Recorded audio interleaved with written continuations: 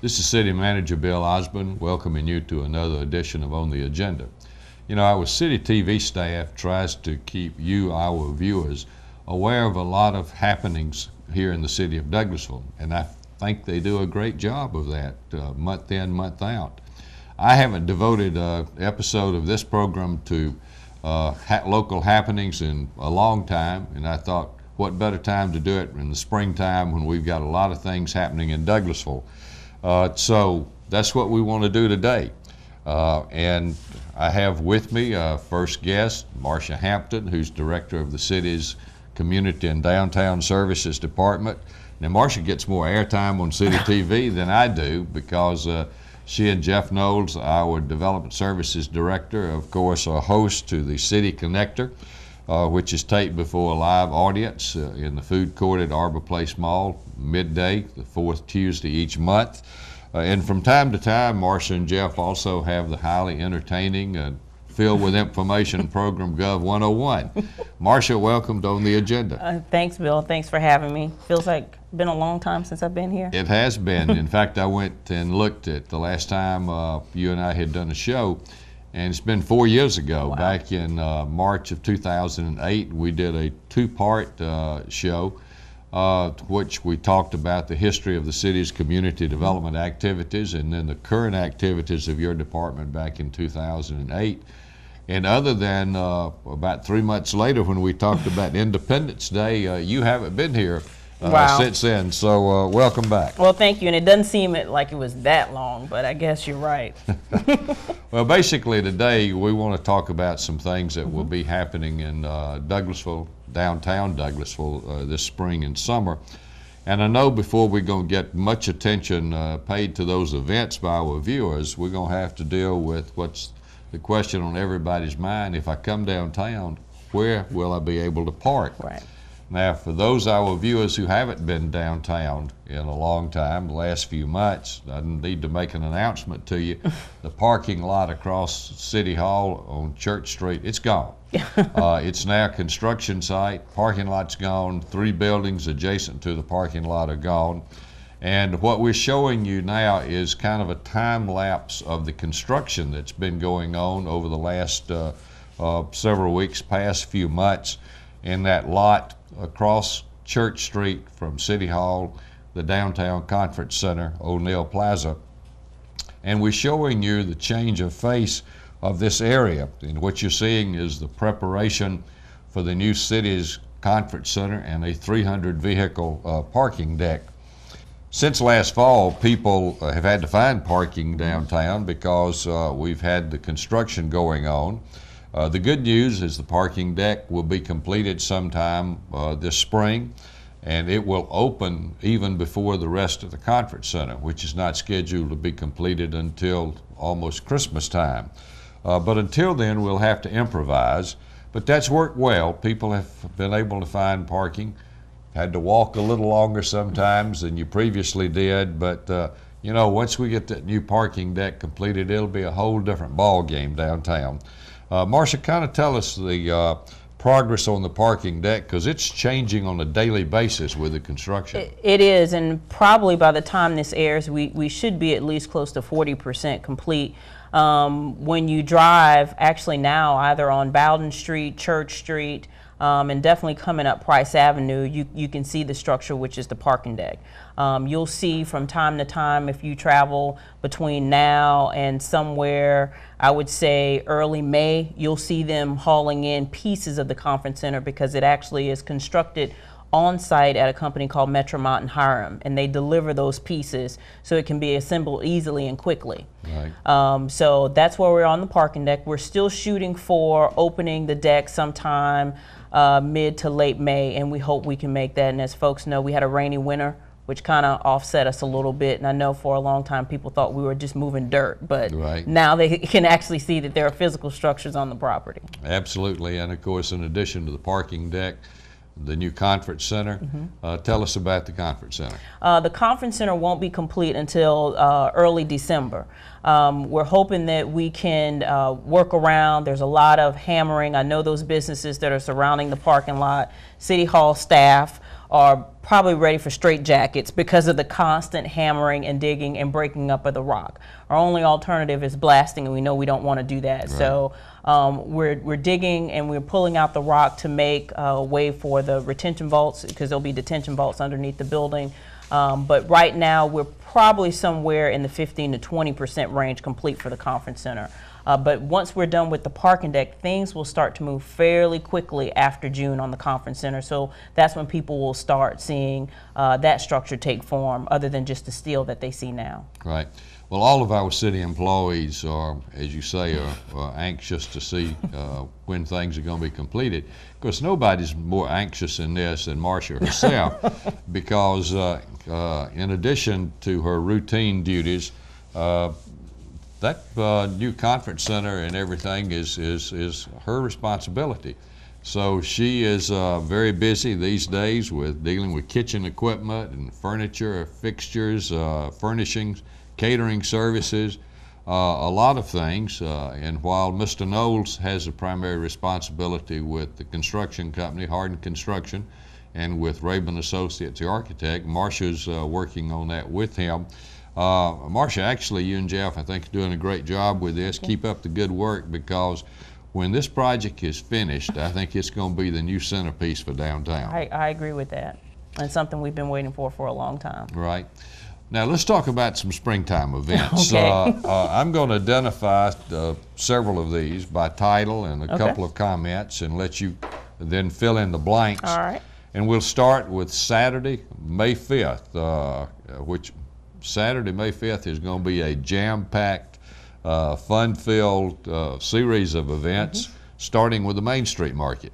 Starting with the Main Street Market, on May 5th, this is our Spring Festival, very similar to what we do in October on our October Festival. It's a day that we start at 11 o'clock. We don't start as early as we do in October, but we start at 11 o'clock with the Main Street Market, which is sponsored by the Downtown Development Authority and the Main Street office. But during that time also, we will have the Douglasville's Got Talent competition. Right. This is our 4th year doing this talent competition. It's been very successful. It's open to anyone in our community or surrounding areas that wants to showcase what type of talent they have. It is a judge competition, and folks get trophies for 1st, 2nd, and 3rd place. That takes place between 1 and 3. And then at the conclusion of all those activities, the CAC will take over. Okay. And they will begin their spring concert series that they sponsor each year. Okay. That concert series is a jazz concert series this year. Usually Laura Lieberman and her staff at the CAC, they put together a theme for concerts. And this year the theme for the spring concerts is jazz. Okay. 7 o'clock.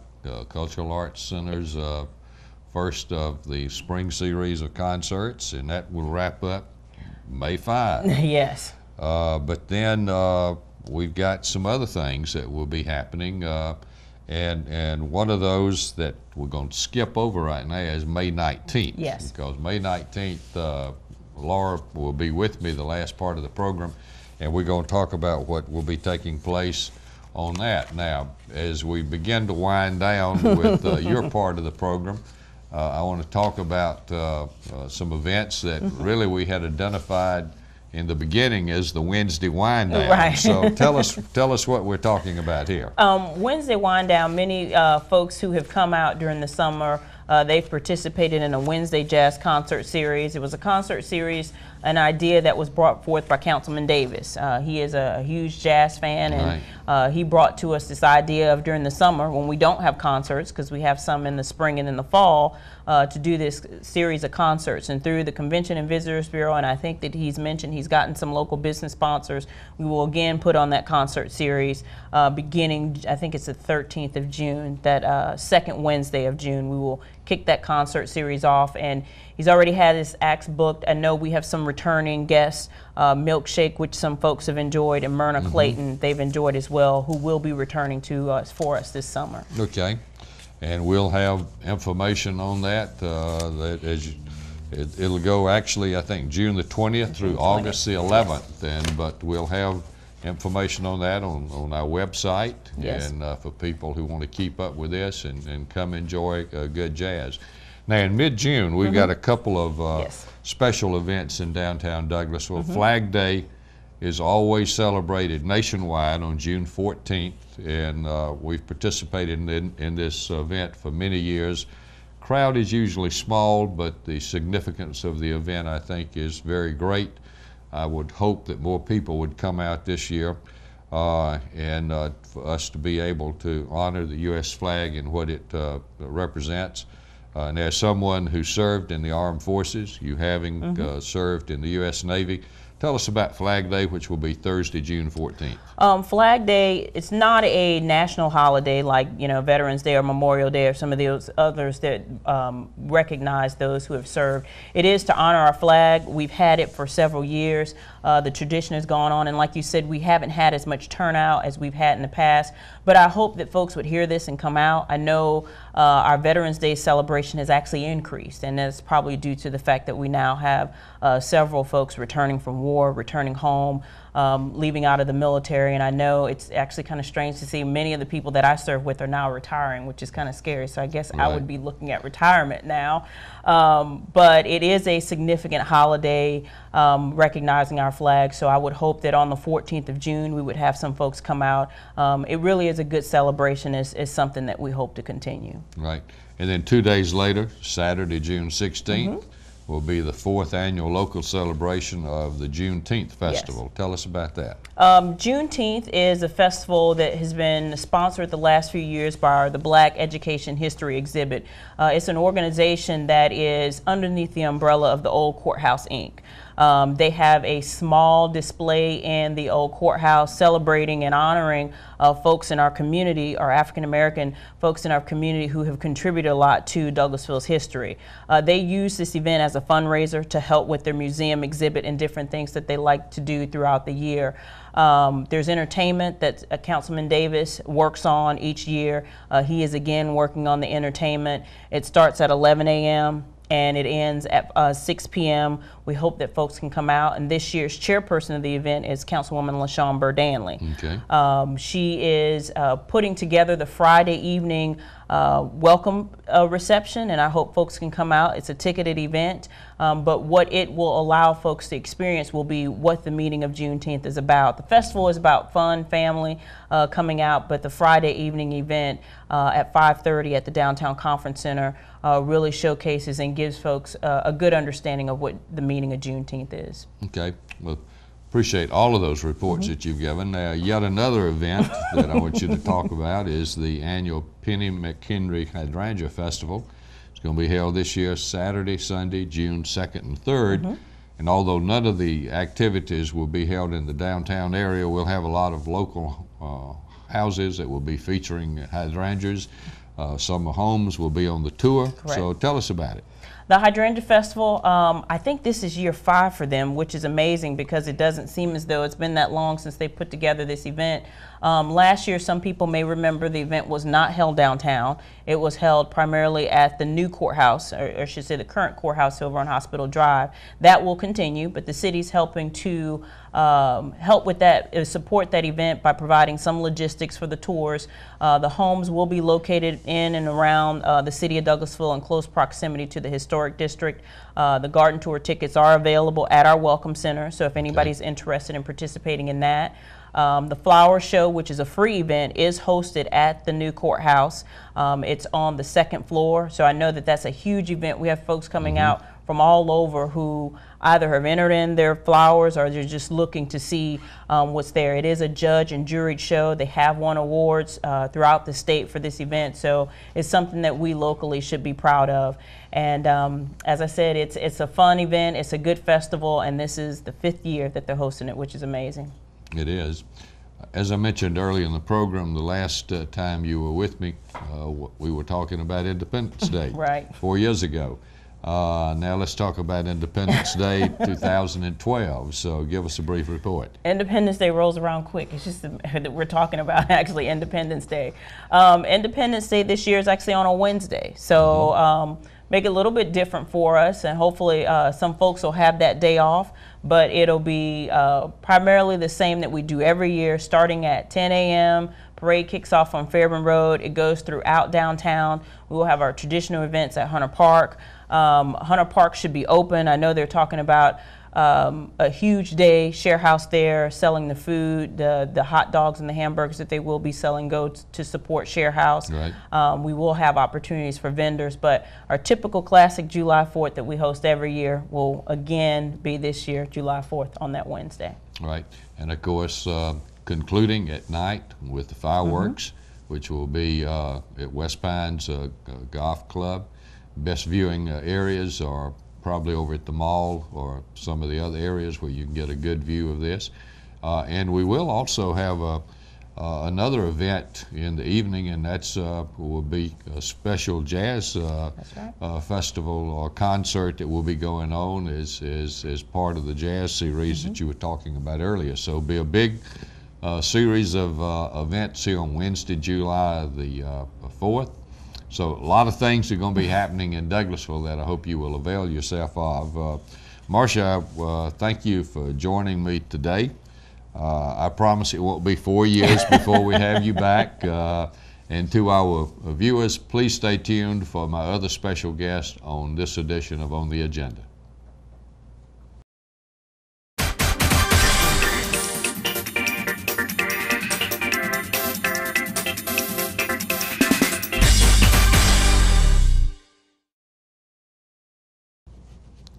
To our viewers, welcome back to On the Agenda. My second guest today is Laura Lieberman, the Executive Director of the Douglasville Douglas County Cultural Arts Council. Laura, it's great to have you with me today. It's wonderful to be back. You know, my first guest today was Marcia Hampton, who's the Director of the city's Community and Downtown Services Department that you have a lot of contact with. And I told her that the last time she was with me was back in 2008. And when I look back on my records, I found that the last time you were with me was in June of actually May of 2008. That's far too long, my apologies, but welcome back today. Well, thanks for having me. We're really glad to be back, and we're not going to hold it against you. I appreciate it. Well, I told our viewers in the earlier part of the show that we had to wait until my second special guest were on camera with me before we talked about May the 19th. Now, what makes this such a special day for the Cultural Arts Center, the Cultural Arts Council, and the City of Douglasville? Well, this is, of course, Taste of Douglasville, which is our biggest partnership event with the city, and it's also the most popular event, we believe, in Douglas County, not just in Douglasville. Last year we had 14,000 people attend, according to the police, and without an incident, and we're going to keep it that way. Right.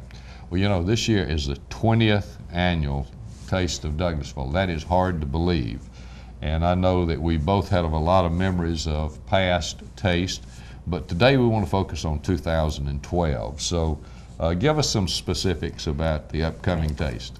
Well, you know, we always like to do something new and different when we're working on it, even if it's been 19 or 20 years, and there is a little debate on that, I think, which year it is. But for the 2012 Taste, we thought we would focus on better living in our community.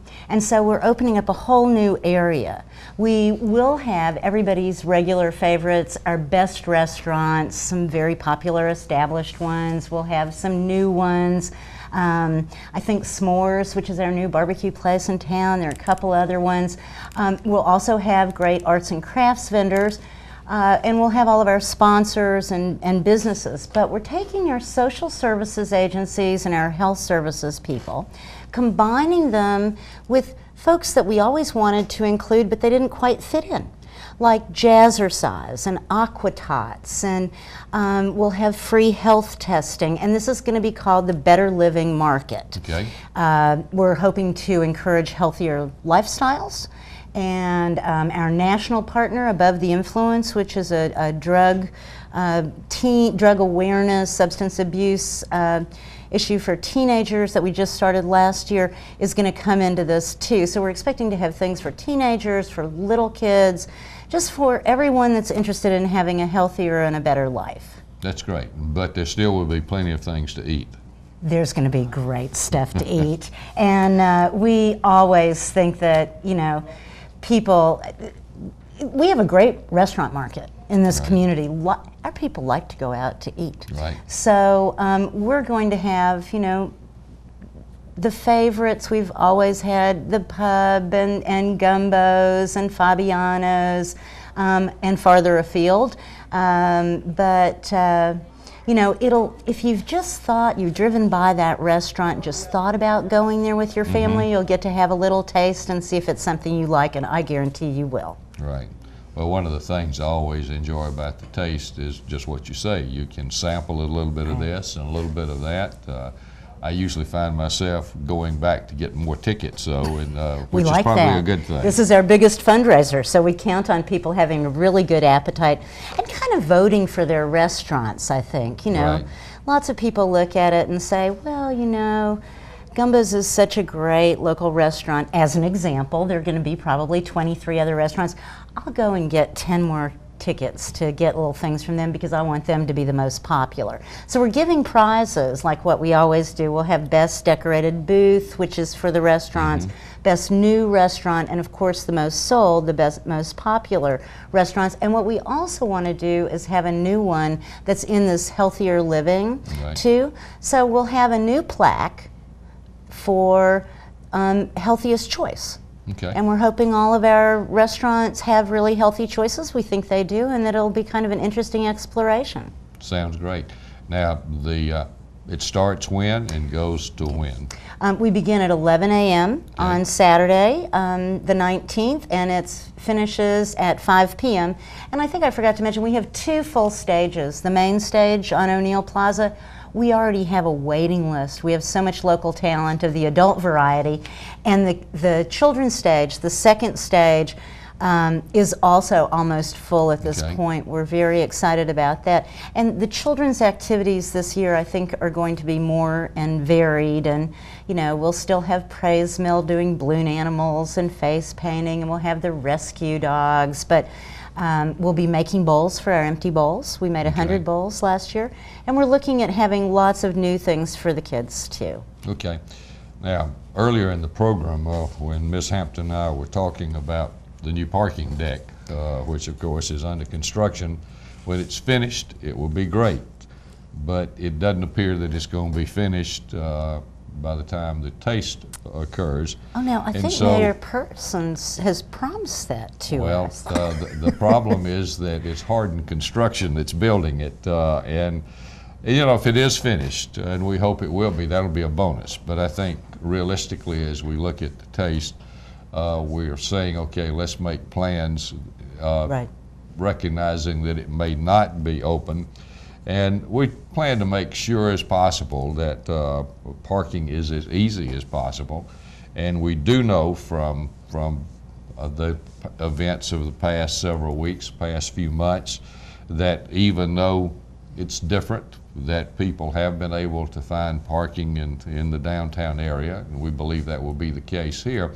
One of the things I would suggest to our viewers that they check the city's website from time to time, www.douglasville.ga.us. That final week, we plan to have daily updates on the noon edition of our community calendar here on City TV, and also be able to telephone the CAC, I'm sure, 770-949-2787. Thank you. Or the city's Main Street office, 770-947-5920. But Laura, if you would just share with our viewers your thoughts, not just on parking, but what you think people who might be coming to the Taste can do to make this a very positive, memorable experience for themselves.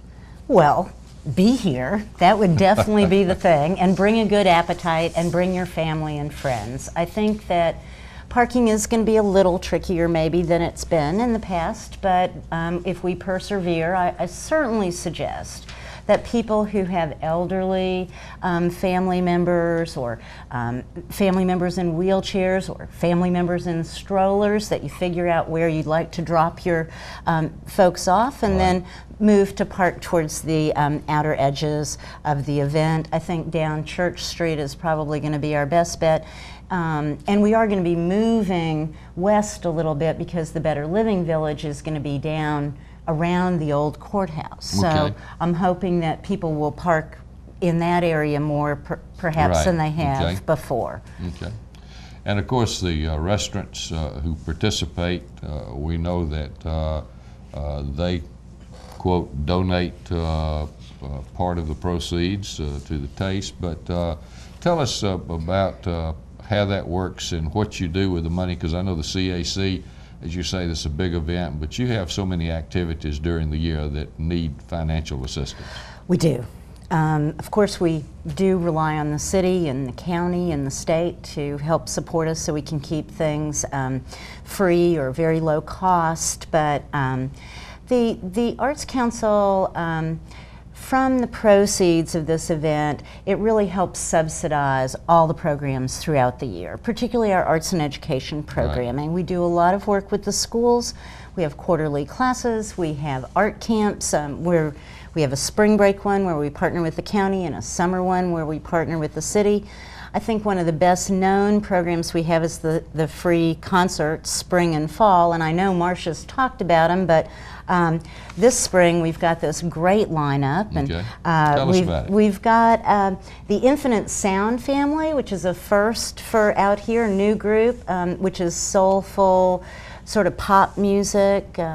Very good group out of Atlanta. Then we've got a new band we're real excited about. Our programming committee looked into them.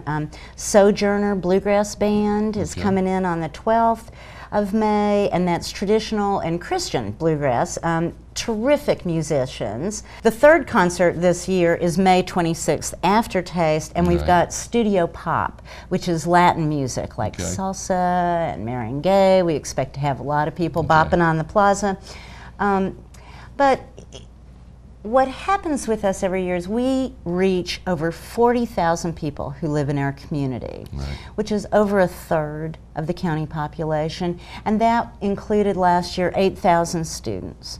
And this money that we raise, and we raise $30,000 to $40,000 a year unless we have a rain out, and then we have to change our approach a little bit, makes it possible for us to reach all of those people, improve their quality of life, and offer very, very high quality, individual arts activities. Right. Now, for most of my guests, I give them an opportunity of a final word. So this is your opportunity for a final word. Well, there are a couple things I didn't mention. We haven't talked about Picnic on the Plaza. And we do a festival kickoff. It's open to the public. Tickets are $15. It's Friday the 18th. It's from 6 until 9 p.m. It's really a charming event. I can't announce the caterer because it's a little bit of a secret right now, but we do have a wonderful performer, Myrna Clayton, who's performing with the West Side Winds Jazz Ensemble, and I think that she may have been on City TV not too long ago.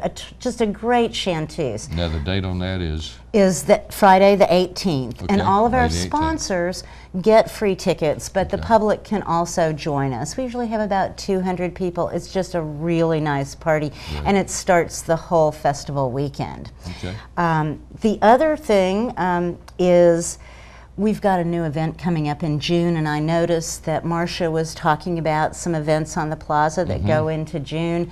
It's a little premature, but it's a new music festival we're bringing into Douglasville that we think is going to be great. It's called Surf Fest, and it's beach music, 8 bands in 8 hours. I think it's scheduled to go 1 to 9, something like that. We'll be getting more information out on it. But this was done in Clarkston for about 5 years.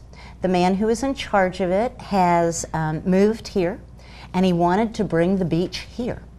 So all of our surfers can join in and surfer wannabes, and we think it's going to be another really fun family event with great music. Great. Thank you. Thank you for being with me today on the agenda. To our viewers, you've heard about a lot of events that are coming up in Douglasville. I hope to see you at some of these this spring and summer. Signing off, this edition on the agenda, City Manager Bill Osborne.